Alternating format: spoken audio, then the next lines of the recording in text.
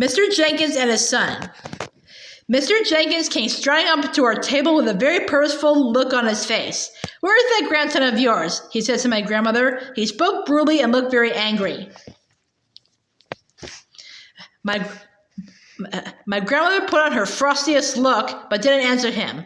"My guess is that he and my son Bruno are up to some devilments," Mr. Jenkins went on. "Bruno hasn't turned up for his supper, and it takes a lot to make that boy miss his food." "I must admit he has a very healthy appetite," my grandmother said. "My feeling is that you're in on this as well," Mr. Jenkins said. "I don't know who the devil you are, and I don't much care, but you played a nasty trick on me and my wife this afternoon. You put a dirty little mouse on the table. That makes me think all three of you are up to something. So if you know where Bruno is hiding, kindly tell me at once." That was no trick I played on you," my grandmother said. "That mouse I tried to give you was your own little boy, Bruno. I was being kind to you. I was trying to restore him to the bosom of his family. You refused to take him in." "What the blazes do you mean, madam?" shouted Mr. Jenkins. "My son isn't a mouse."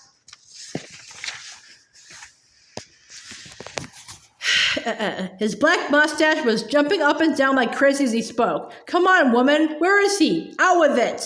The family at the table nearest to us had all stopped eating and were staring at Mr. Jenkins. My grandmother sat there puffing away calmly at her black cigar. "I can well understand your anger, Mr. Jenkins," she said.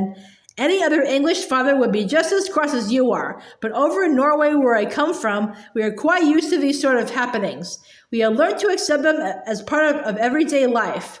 "You must be mad, woman," cried Mr. Jenkins. "Where is Bruno? If you don't tell me at once, I shall summon the police." "Bruno is a mouse," my grandmother said, calm as ever. "He most certainly is not a mouse," shouted Mr. Jenkins. "Oh, yes, I am," Bruno said, poking his head up out of the handbag. Mr. Jenkins leaped about 3 feet into the air. "Hello, Dad," Bruno said. He had a silly sort of mousy grin on his face. Mr. Jenkins's mouth dropped open so wide I could see the gold fillings in his back teeth. "Don't worry, Dad," Bruno went on. "It's not as bad as all that, just so long as the cat doesn't get me." "Bruno!" stammered Mr. Jenkins. "No more school," said Bruno.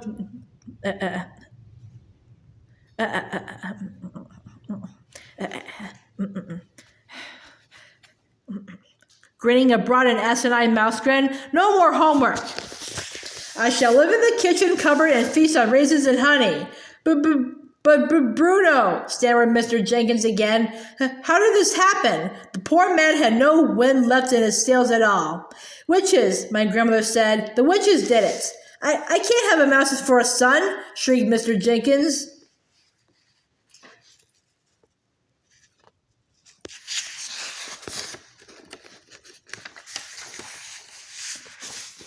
"You've got one," my grandmother said. "Be nice to him, Mr. Jenkins."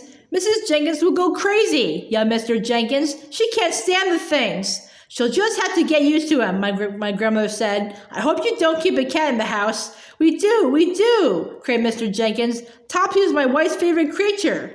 "Then you'll just have to get rid of Topsy," my grandmother said. "Your son is more important than your cat." "He certainly is," Bruno shouted from inside the handbag. "You tell Mom she's got to get rid of Topsy before I go home." By now, half the dining room was watching our little group. Knives and forks and spoons had been put down, and all over the place, heads were turning around to stare at Mr. Jenkins as he stood there spluttering and shouting. They couldn't see either Bruno or me, and they were wondering what all the fuss was about. "By the way," my grandmother said, "would you like to know who did this to him?" There was a mischievous little smile on her face, and I could see that she was about to get Mr. Jenkins into trouble. "Who?" he cried. "Who did it?"